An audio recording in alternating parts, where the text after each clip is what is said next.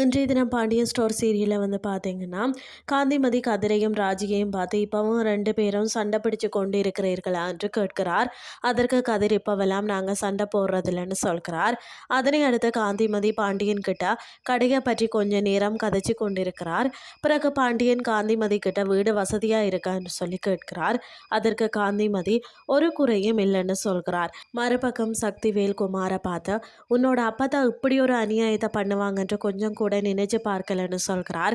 அதை கேட்ட குமார் என்ன இருந்தாலும் நீங்க அப்பத்தாவை வீட்டை விட்டு அனுப்பி இருக்க கூடாதுன்னு சொல்கிறார். அதுக்கு சக்திவேல் பாராட்டி பத்திரம் கொடுக்கவா என்று சொல்லி பேசுகிறார். அந்த நேரம் பார்த்து முத்துவேல் அங்கு வந்து சக்திவேல் அம்மா வெளியில அனுப்புற வரைக்கும் பார்த்துட்டு சும்மா இருந்தியா என்று சொல்லி வடிவா பேசுகிறார். அதனை அடுத்து சக்திவேல் வடிவா பார்த்து அண்ணனுக்கு போன் பண்ணி நடந்த எல்லாத்தையும் சொல்லிட்டீங்களா என்று கேட்கிறார். பிறகு சக்திவேல் நடந்த எல்லாத்தையும் முத்துவேல் கிட்ட சொல்கிறார். அதனை அடுத்து முத்துவேல் காந்திமதியை வீட்டை வர சொல்கிறார். அதை கேட்ட காந்திமதி நான் என் பொண்ணு கூட இருக்கிறேன்னு சொல்கிறார். அதனை அடுத்து மயில் சரவணன் கிட்ட கர்ப்பமா இருக்கிறத சொன்ன உடனே சரவணன் சந்தோஷப்படுற மாதிரி கனவு காணுகிறார் மயில். இதுதான் இன்றைய நாளுக்கான எபிசோட். அடுத்த எபிசோட்ல என்ன நடக்க போகுதுன்னு சொல்லி பொறுத்திருந்து பார்க்கலாம்.